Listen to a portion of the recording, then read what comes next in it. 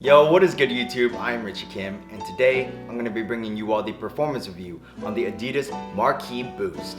Before we get started, if you all enjoy sneaker content just like this, do me a favor and hit that subscribe button down below. But anyways, let's get right into it. As always, starting off with the traction, the Marquee Boost features a full-length traditional herringbone traction pattern, and as you guys know, herringbone almost always works, and it's no different on here. The herringbone is really nice.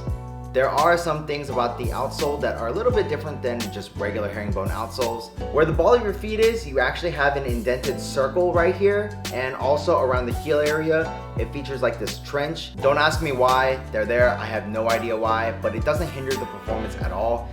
The traction pattern is actually really nice and it performs really well. If you're on a clean court, you're gonna have that super aggressive hard bite and you're gonna be able to stop on a dime. But as you play on dustier courts, you're gonna still have pretty good bite, but just make sure to consistently wipe because the traction pattern does pick up a lot of dust. If you guys don't wipe, then expect to slip up. You know, sometimes it's just how it's gonna be because of how much dust is gonna collect on the shoe. But yeah, you know, it's herringbone. I was expecting it to perform well, and it does. It definitely does the job well. So for traction on the shoe, I'm going to give it a 9 out of 10. So moving on to the cushion, the Marquee Boost obviously features full-length boost, and it feels really nice. On the lateral side, you do have partial caging up in the forefoot area mainly, and then as you wrap around to the medial side, it is fully uncaged, and like you guys already know, boost is life, and it feels really nice in the shoe. You have a good amount of impact protection and some bounce in the heel, whereas in the forefoot you have that thinner boost, so you have more core feel and responsiveness.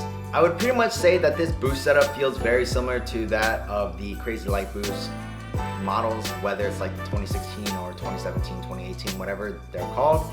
But yeah, you know, the boost is nice, the cushion setup is nice, gives you a nice blend of responsiveness, at least up in the forefoot area, and you do have a lot of impact protection coming from the heel. I'd say this cushion setup pretty much caters to everybody. You know, whether you need to be quick on your feet or you want some impact protection, this could honestly do both. I'm not saying that it couldn't be better because it definitely can be, but yeah, you know, the boost implementation in this shoe was pretty nice, so for cushion, I'm going to give it a 9 out of 10. So moving on to the materials, the Marquee Boost pretty much has a full mesh upper with some textiles and synthetics elsewhere on the shoe. So up in the toe box area, you do have this mesh, and as you guys can see, it's not exactly like a very structured mesh. It kind of bothers me, I'm not going to lie. At times, it pretty much feels like there's nothing around on your toes. Kind of similar to how the Kobe AD Exodus felt, and you know, it's not bad. Like, the materials do the job, but it just kind of feels like nothing's there at times, and it's, you know, it's just a little weird feeling. As you move towards like the middle part of the shoe, you have your hits of fuse for the stripes and your mesh and some synthetics and textiles, and then as you move toward the back, you have like this pretty much nylon-ish feeling material that encompasses the whole ankle/heel area of the shoe, and underneath it you do have a hit of fuse.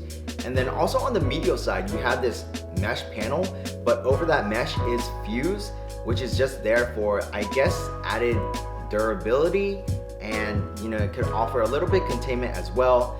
But not only that, they have their like Adidas branding and like Marquee Boost branding on here.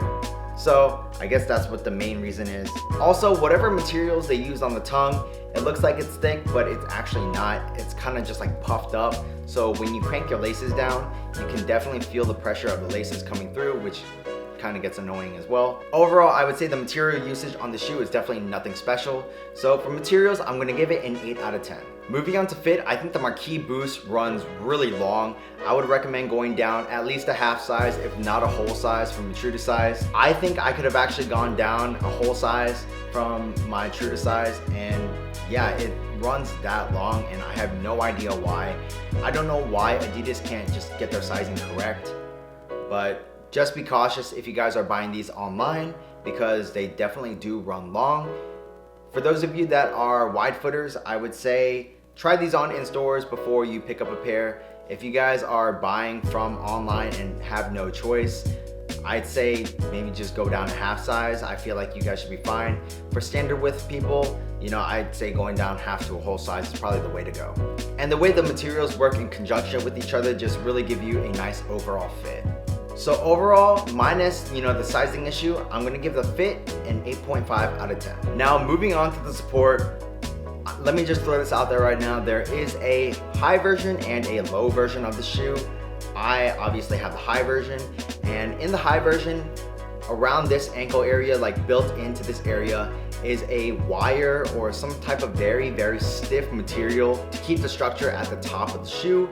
And let me tell you that you can definitely notice it when you tighten the laces. Like you feel like there's something around your ankle, and personally I really don't like that.